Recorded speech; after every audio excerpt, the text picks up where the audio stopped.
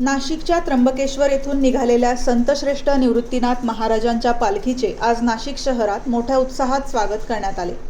नाशिक महानगरपालिका तसेच जिल्हा परिषद आणि पंचायत समितीच्या वतीने दरवर्षी निवृत्तीनाथ महाराजांच्या पालखीचे शहरात स्वागत केले जाते।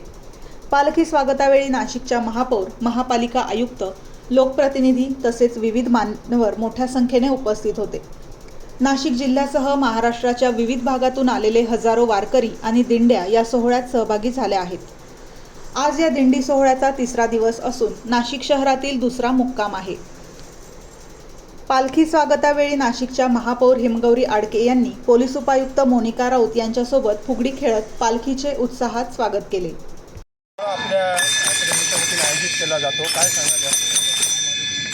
हा अप्रतिम सुंदर सोहळा प्रवेशी टाउन अकॅडमीमध्ये दरवर्षी साजरा होतो। आषाढी जवळ येते आणि पंढरपूरला प्रत्येकाला जाता येत नाही आणि आपली संस्कृती वाचवण्यासाठी आणि आपली संस्कृती एवढी सुंदर आहे का त्याला नर्चर करण्यासाठी ह्या मुलांनी मोठ्या संख्येमध्ये येऊन पार्टिसिपेट केलेलं आहे।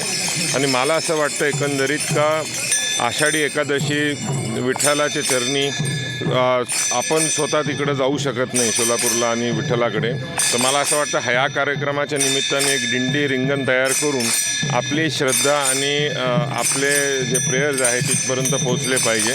आणि प्रत्येक मुलामध्ये एक मला वाटतं एक आतून आत्मीयतेने विठ्ठलाचरणी एक श्रद्धा आहे, ती एकंदरीत इकडं दिसून येते। शिक्षण विभागामध्ये कार्यरत आहात, या क्षेत्रामध्ये काम करत असताना तुम्हाला असं वाटतं की या ज्या परंपरा आहेत त्या महाराष्ट्रातल्या सर्व शाळांमध्ये जपल्या जाव्यात, त्याकरता पुढाकार घेणं आवश्यक आहे शासनाने की या परंपरा जपल्या जाव्यात, हे कार्यक्रम साजरे? मला असं वाटतं प्रवेशी टाउननी सुरुवात केलेली आहे। महाराष्ट्र शासनसुद्धा, नगरपालिकेच्या शाळासुद्धा आणि प्रायव्हेट स्कूलसुद्धा हळूहळू याच्यामध्ये येतील। मला असं वाटतं का आपलं जे कल्चर आहे, आपलं जे हिंदुत्व आहे ते आपण त्याला नर्चर केलं पाहिजे, त्याला जोपासलं पाहिजे आणि त्यासाठी काम केलं पाहिजे। तर अनेकदा टीका होती की इंग्लिश शाळेमुळे मराठी संस्कृती मागे पडते, तर आपण वेगळं चित्र दाखवून दिलं आहे।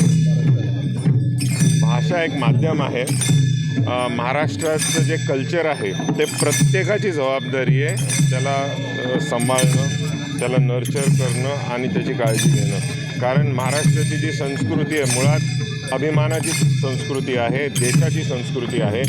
बऱ्याच गोष्टी महाराष्ट्रातनं सुरू झालेल्या आहे आणि मला वाटतं या छोट्या मुलांपासून हा संदेश खूप मोठ्या प्रमाणात स्प्रेड होतो आहे आपल्या देशात।